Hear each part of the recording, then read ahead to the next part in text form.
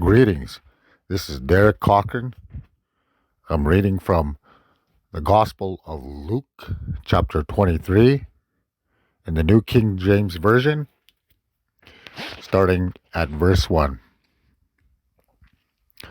Then the whole multitude of them arose and led him to Pilate. And they began to accuse him, saying, "We found this fellow perverting the nation and forbidding to pay taxes to Caesar, saying that he himself is Christ, a king."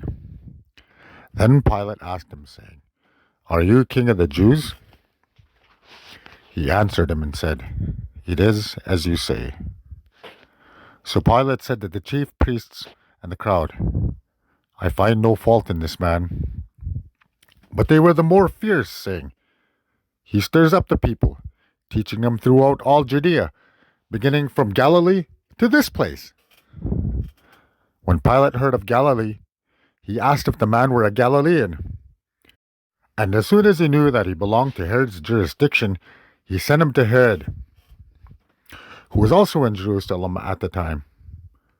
Now when Herod saw Jesus, he was exceedingly glad, for he had desired for a long time to see him, because he had heard many things about him, and he had hoped to see some miracle done by him. Then he questioned him with many words, but he answered him nothing. And the chief priests and the scribes stood and vehemently accused him. Then Herod, with his men of war, treated him with contempt and mocked him, arrayed him in a gorgeous robe, and sent him back to Pilate. That very day Herod and Pilate became friends with each other, for previously they had been at enmity with each other. Then Pilate, when he had called together the chief priests, the rulers, and the people, said to them, "You have brought this man to me as one who misleads the people, and indeed, having examined him in your presence, I have found no fault in this man concerning the things of which you accuse him. No, neither did Herod, for I sent you back to him, and indeed nothing deserving of death has been done by him. I will therefore chastise him and release him." For it was necessary for him to release one to them at the feast. And they all cried out at once, saying, "Away with this man, and release to us Barabbas," who had been thrown into prison for a certain rebellion made in the city, and for murder. Pilate, therefore, wishing to release Jesus, again called to them. But they shouted, saying, "Crucify him! Crucify him!" Then he said to them the third time, "Why? What has he done? I have found no reason for death in him. I will therefore chastise him and let him go." But they were insistent and demanding with loud voices that he be crucified. And the voices of these men and the chief priests prevailed. So Pilate gave sentence that it should be as they requested, and released to them the one they requested, who for rebellion and murder had been thrown into prison. But he delivered Jesus to their will. Now as they led him away, they laid hold of a certain man, Simon, a Cyrenian, who was coming from the country, and on him they laid the cross that he might bear it after Jesus.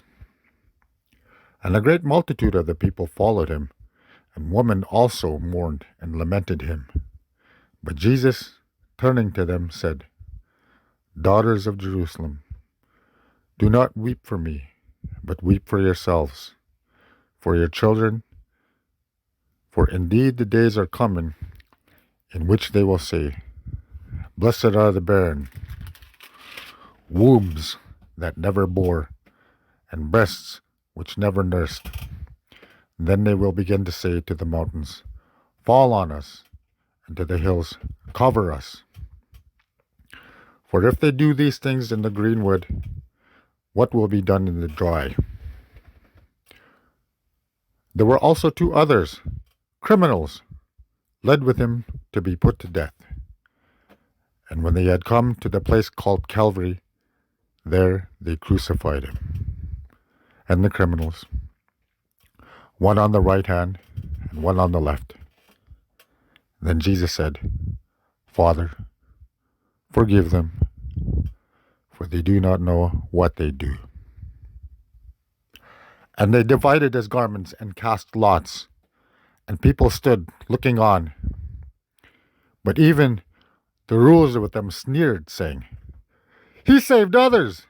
Let him save himself, if he is the Christ, the chosen of God. The soldiers also mocked him, coming and offering him sour wine, saying, If you are the king of the Jews, save yourself.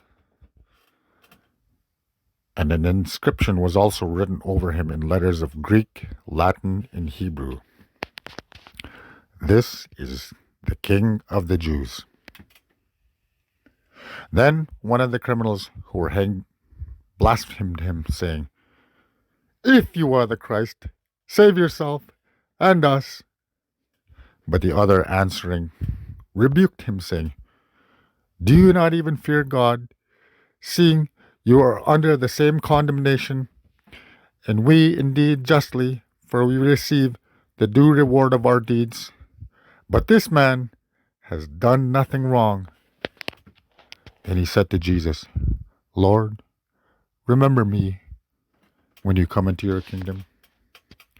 And Jesus answered him, Assuredly, I say to you, today you will be with me in paradise.